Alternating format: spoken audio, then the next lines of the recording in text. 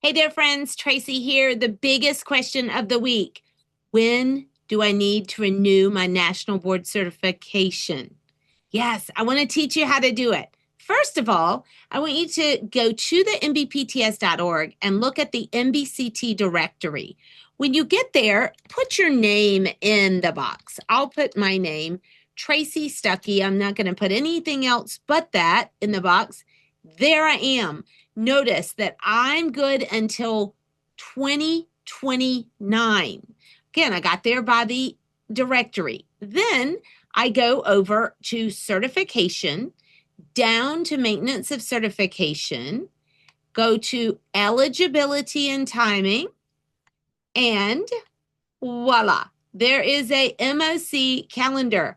Uh-oh, I don't even have a date open yet because I'm good until 2029.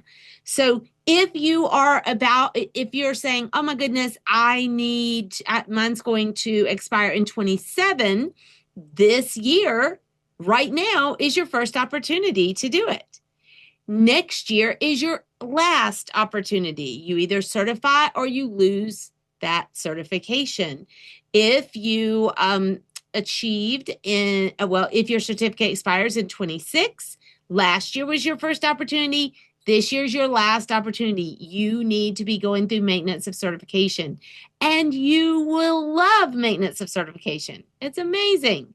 So go and look at that, figure out when do I expire and when do I need to start the process. Come over to TraceyBryantStuckey.com.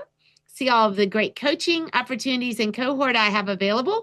It's open year round, so there's not a start and stop on it. Come on and join us today. It's fun. It's like taking a first-class journey through maintenance of certification. I'll see you there. Bye now.